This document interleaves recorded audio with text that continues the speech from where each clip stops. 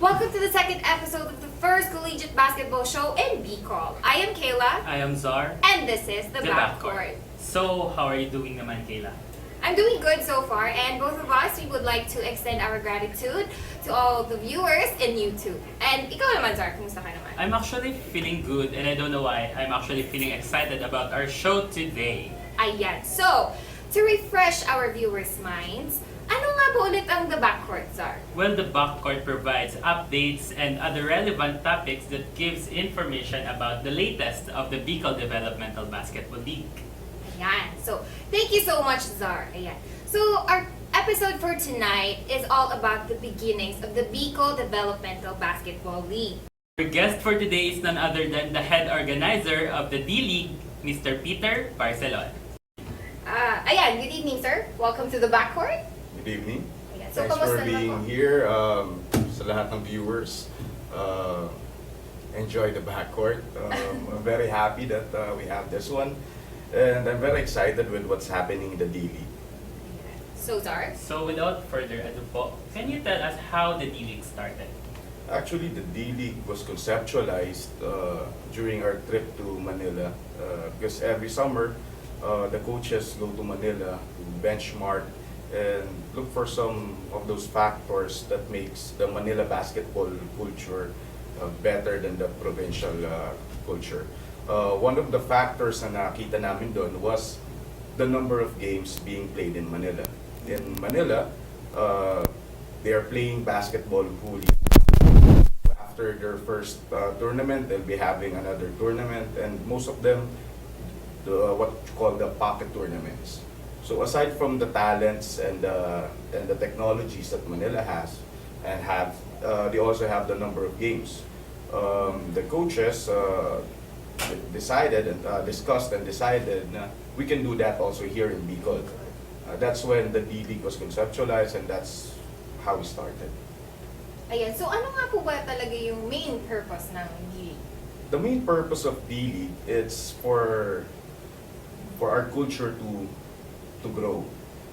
Gusto natin dito sa D-League is to give a chance for other student athletes, for other aspirants, to have a playing ground or a playing field where they can improve themselves. Basically, we already have different tournaments here in Bicol, but we lack of a tournament that's ever growing and ever developing.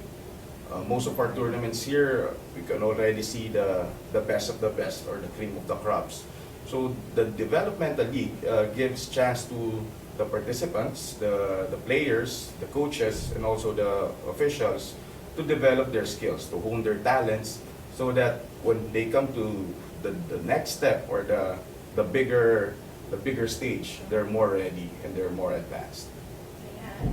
So, thank you po. Given the purpose, ano naman po yung vision ng D-League?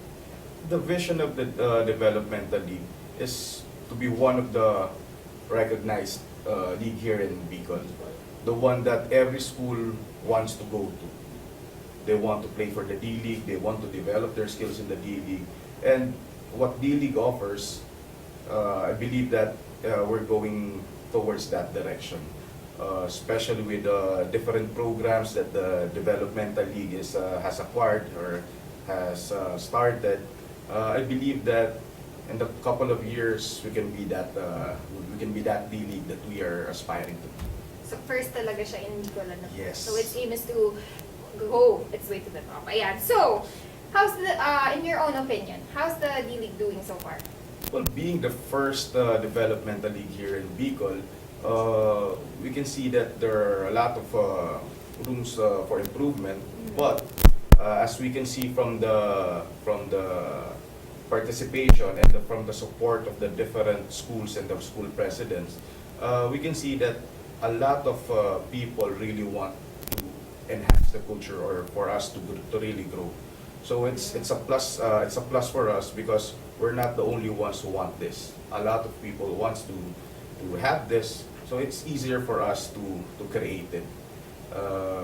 Now you can see a lot of people coming to the games, watching the games. I believe that the games are also uploaded in YouTube.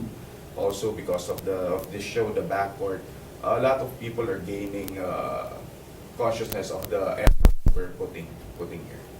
And so, thank you very much, sir, for sharing the D-League and its future. So before we end, let's have the recap of the happenings in this week's D-League.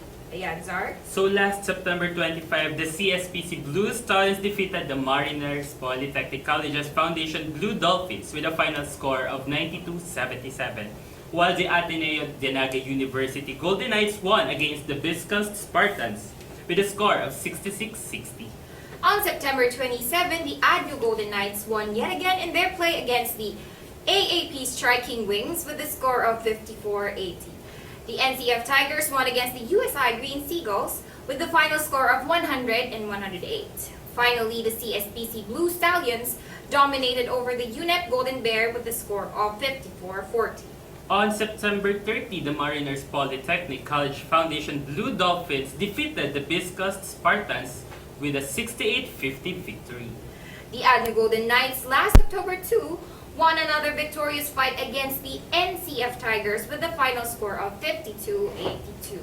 And finally, on October 4, the Blue Stallions secured their fourth win with a score of 52-56, giving the Spartans their third straight loss. The Golden Bears clinched a close victory against the Blue Dolphins with a score of 69-66.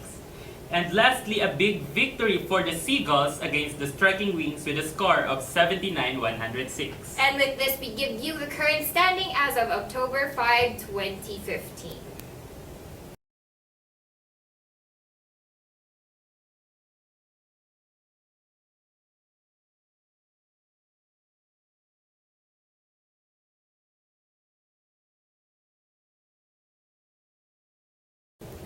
So before we go, Mr. Peter Barcelon would like to say some few words. Thank you. I would like to thank all the school presidents and the school heads for making this Bicol Developmental Basketball League happen. I'd like to thank I'd like to thank Father Primitivo Viray, SJ, the president of Ateneo, Joseph Erico Claro, the sports director of Ateneo. Also, I'd like to thank Mr. Mario C. Villanueva, the president of Naga College Foundation, Sister Lourdes Albis of the Universidad de Santa Isabel, Commodore Dante Jimenez of the Mariners Polytechnic Colleges Foundation, Dulce Atian from Camarines Sur Polytechnic College, and Mr. Richard Cordial of Bicol State Colleges of Applied Sciences and Technology, Mr. Rafael Soto, the Registrar of Aeronautical Academy of the Philippines, and Ms. Remelisa Alfilor Moraleda, the President of UNEP. I'd like to thank you all for your support, and please keep on supporting us, and please keep on watching the Bicol Developmental Basketball League. Thank you so much, Mr. Peter Barcelon. Okay, so watch out for our newest developments in the Basketball League. We have courtside reporters. Sports commentators. And watch out for them in the semis and finals. So, like us on Facebook, Zar. www.facebook.com/BDBL2015. So there you go. Join us again next week in the first ever collegiate basketball show in Bicol, the Backcourt. So good day and God bless. Goodbye.